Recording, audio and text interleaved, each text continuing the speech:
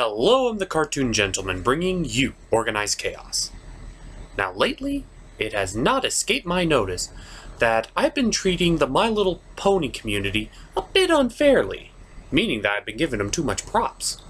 Every other cartoon review I've done on the very broad sense of reviewing the entire show.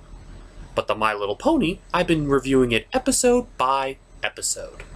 And since there are no new episodes of My Little Pony right now, I have decided that I am going to review something else episode by episode.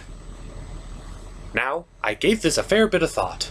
What would be something awesome to review? Perhaps Teen Titans? Nah, then people would just constantly bitch about Teen Titans Go, rightfully so. What about maybe anime? I'm the Cartoon Gentleman. I don't do anime just yet. So what?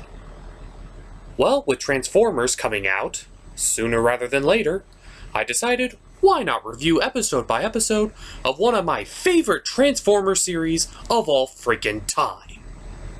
What I like to consider the greatest middle finger to the Michael Bay movies, Transformers Prime. The series begins with Autobot Cliffjumper talking to RC about how he scared a bunch of police after they tried to boot him. Well, this is actually a nice change of pace. I mean, with all the jerking off that they give Bumblebee over the media, it's kinda nice that they're giving his lesser clone some time in the limelight. I'm a fan of Cliffjumper. Who's his voice actor? He's voiced by The Rock. Dwayne The Rock Johnson is his voice actor. At least it's not Bumblebee's retarded radio talking. Nah, I'm just kidding. I'm gonna give The Rock props. He actually has really good voice actor talent. So, Cliffjumper is telling RC that there hasn't been much Decepticon activity on Earth lately, right before there's some Decepticon activity on Earth. Right at his position. What fun for him. Of course, he will use his Dwayne The Rock Johnson supernatural powers to defeat all of these Decepticon foes as they...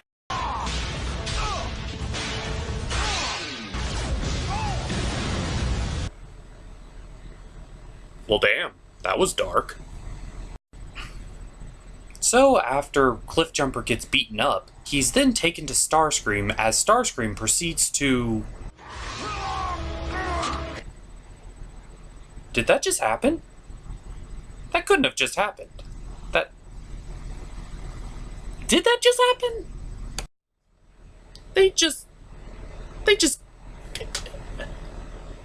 just killed Cliffjumper. Right in front of us. Like, this is supposed to be a kid's show, and yet they're axing off the bodies right away. What the hell? What the actual hell? So later on, the other Autobots that are placed on Earth manage to get to Cliffjumper's last known location, only to discover that Jumper's life signal just went offline. Damn, he's gone. Jeez, we're not even one episode in and they already killed off a likable character. And this is no joke. They actually take the time to erect a sort of funeral for the guy. This is actually pretty dark. Like, really dark. It shows the gravitation of what their war is all about. And I like it. Seriously, 10 minutes in and it's already proven to have more emotional depth than 5 Transformer Michael Bay movies. 10 minutes! Showed more character growth than 5 movies. It's actually quite amazing. What else have you got in store?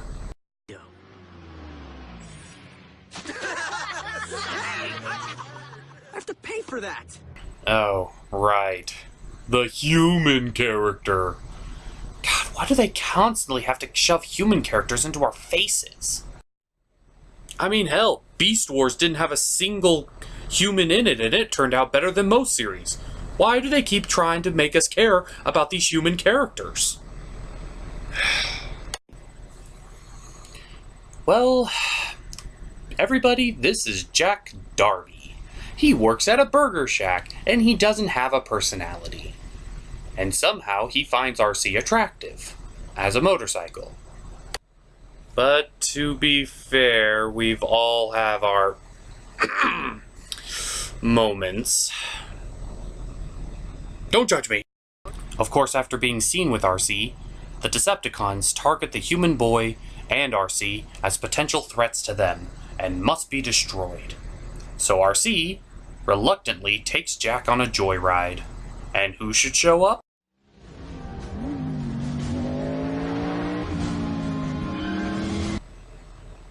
Damn it!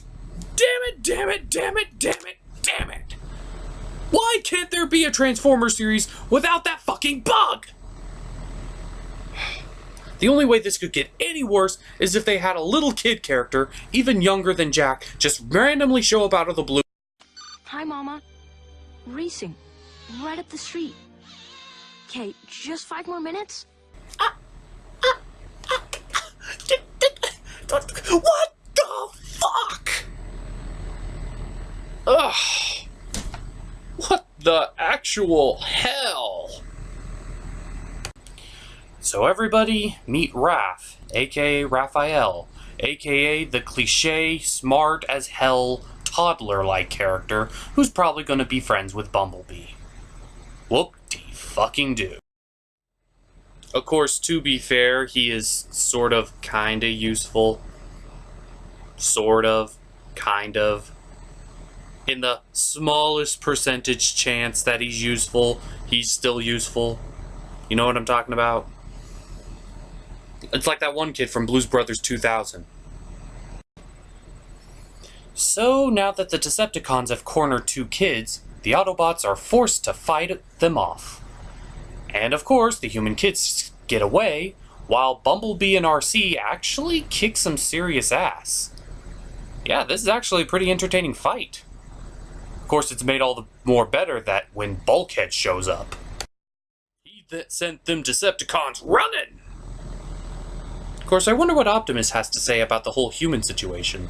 Let's find out. And the cons would have been scrap metal if I hadn't been distracted by the human. Human? 2 boys. If the Decepticons are targeting us, anyone perceived as our ally will be at grave risk. So he sends Bumblebee and RC to go pick up the human meat sack.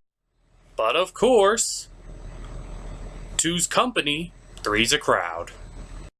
While Jack would reluctantly go with RC to their higher command, a 3rd human shows up by the name of Miko, who is both insanely awesome yet incredibly annoying at the same time.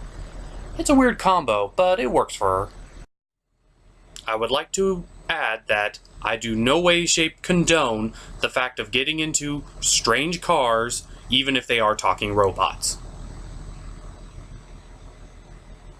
But, unofficially, it'll probably be fun.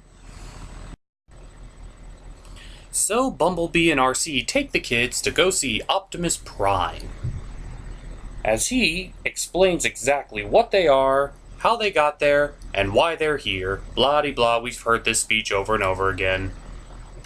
Is there gonna be a quiz? But to be fair, he does describe it in a way that really demonizes the whole war for Cybertron. Yeah, if you take a look at some of these graphics, you'll see just how destructive the Decepticons and Megatron actually were. Speaking of which, where's Megatron been this whole time? Megatron has not been seen or heard from in some time. Oh, Megatron hasn't been seen for quite some time? Huh, neat. So, when's it gonna show up? Like, there's only, like, a couple minutes left in the episode. Like, they really need to showcase him real soon.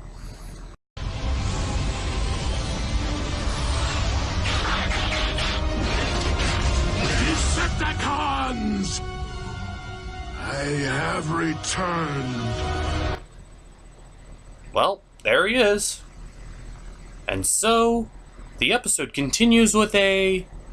to be continued. Ugh. Cog blocked. Oh well. This was Transformers Prime Darkness Rising Part 1.